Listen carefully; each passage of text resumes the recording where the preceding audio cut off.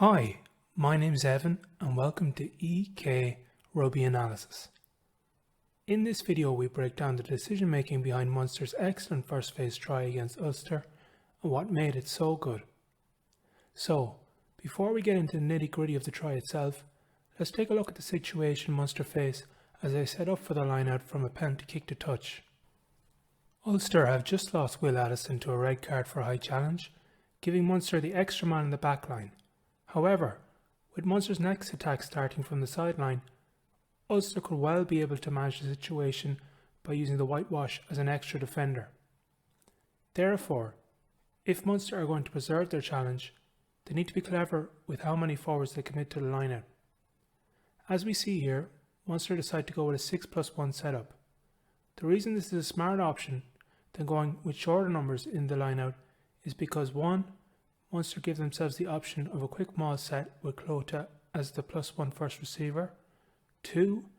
It potentially honeypots the majority of Ulster's forwards around the line-out, preserving the man advantage in the back line. And 3. Means that Ulster will likely have a forward defending in the 10 channel, slowing their ability to drift across as one line to cover the wide pass.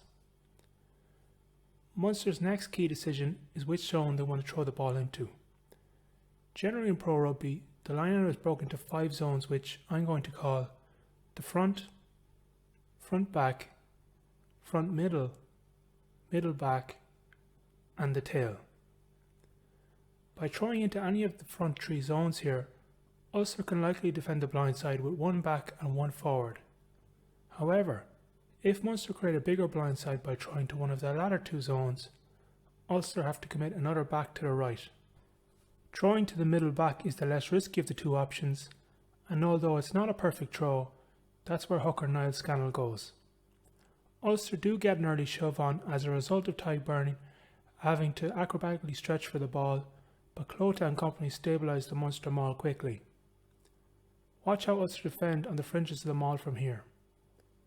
As Conor Murray approaches the maul for Munster, Ulster 9 Albie Matheson pushes prop Andrew Warwick out to defend the open side, leaving 2 Ulster backs covering the blind and 4 backs against Munster's 7 on the open side.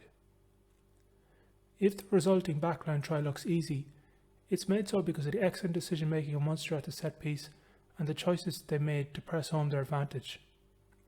That being said, there's still lots to like about what Munster's backline do here, starting back at the maul.